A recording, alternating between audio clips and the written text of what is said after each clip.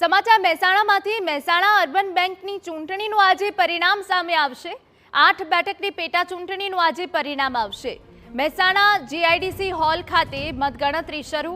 ગુજરાત અને મુંબઈ સહિત 58 શાખાઓમાં મતદાન થયું હતું।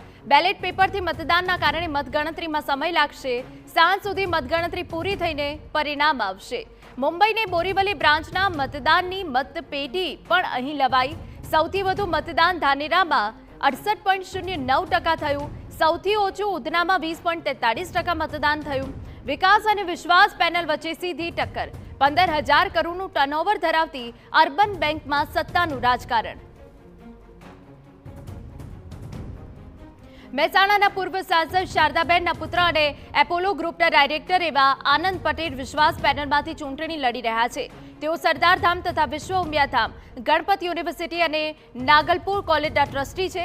આ ઉપરાંત ગુજરાત ચેમ્બર ઓફ કોમર્સ ઇન્ડસ્ટ્રીઝના કારોબારી સભ્ય છે। જ્યારે મહેસાણાના જાણીતા વિમલ ગ્રુપમાંથી કાર્તિક પટેલની પેનલે આ ચૂંટણીમાં ઝંપલાવ્યું હતું। ગઈકાલે જ કહ્યું હતું મતગણતરી ચાલુ હતી એટલે અને મતદાન ચાલુ હતું એટલે કહ્યું હતું મેં કે લોકોનો જે ઉત્સાહ છે એ અમે જે પ્રશ્નો લઈને લોકો વચ્ચે ગયા છીએ કે આ બેંકની અંદર ગેરરીતિઓ થઈ છે અને એના કારણે જ જબરદસ્ત ઉત્સાહ હતો મતદાનનો। એનું પરિણામ આજે તમને જોવા મળશે।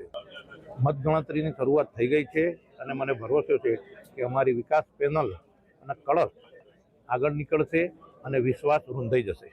કેટલા મતથી જીતની આશા રાખી છે? અમારી આખી પેનલ ઓછામાં ઓછા 5,000 વોટથી અમે વિજય બનીશું। મહેસાણા અર્બન બેંકની ચૂંટણીની આજે મતગણતરી છે। મારી પાછળ આપ જોઈ શકો છો કે મહેસાણાના જીઆઈડીસી હોલ ખાતે વહેલી સવારે 8 વાગ્યાથી શાંતિપૂર્વક મતગણતરી શરૂ કરી દેવાય છે। 1,07,000 જેટલા મતદારોમાંથી લગભગ 45% જેટલા મતદારોએ મતદાન કર્યું હતું, એટલે કે 50%થી ઓછા મતદારોએ મતદાન કર્યું છે। ગુજરાત અને મુંબઈ સહિત કુલ 58 જેટલી શાખાઓ છે બેંકની, અને તમામ શાખાઓ પર મતદાન થયું હતું અને ત્યાંથી જે મતપેટીઓ છે સીલ કરી મહેસાણા લાવવામાં આવી છે। ઉલ્લેખનીય છે કે મુંબઈની બોરીવલી શાખાની પણ જે મતપેટી છે તે અહીંયા લાવવામાં આવી છે અને વહેલી સવારથી બેલેટ પેપરની મતગણતરી શરૂ કરી દેવાય છે। ઉલ્લેખનીય છે કે વિશ્વાસ પેનલ અને વિકાસ પેનલ વચ્ચે સીધો ચૂંટણી જંગ ખેલાઈ રહ્યો છે અને આ ચૂંટણી જંગમાં કોણ સત્તા હાંસલ કરે છે તે જોવું રહ્યું। લગભગ આજ સાંજ સુધી આ મતગણતરીનું પરિણામ આવી જશે તેવી આશા રાખવામાં આવી રહી છે, કારણ કે બેલેટ પેપરથી મતગણતરી થનાર હોવાથી સાંજ સુધી જેટલી વાર લાગી શકે છે અને સાંજે અર્બન બેંકમાં કોણ સત્તા મેળવે છે ભલે પેટા ચૂંટણી રહી, પરંતુ ચેરમેન, વાઇસ ચેરમેન સહિતના જે 8 ડિરેક્ટરોએ રાજીનામા આપ્યા હતા તેને લઈને કોણ હવે ચેરમેન બનશે, કોની પેનલ સત્તા પર આવશે તે જોવું રહ્યું છે। સાંજ સુધી માલુમ પડી શકે છે। મહેસાણાથી મનીષ મિસ્ત્રી।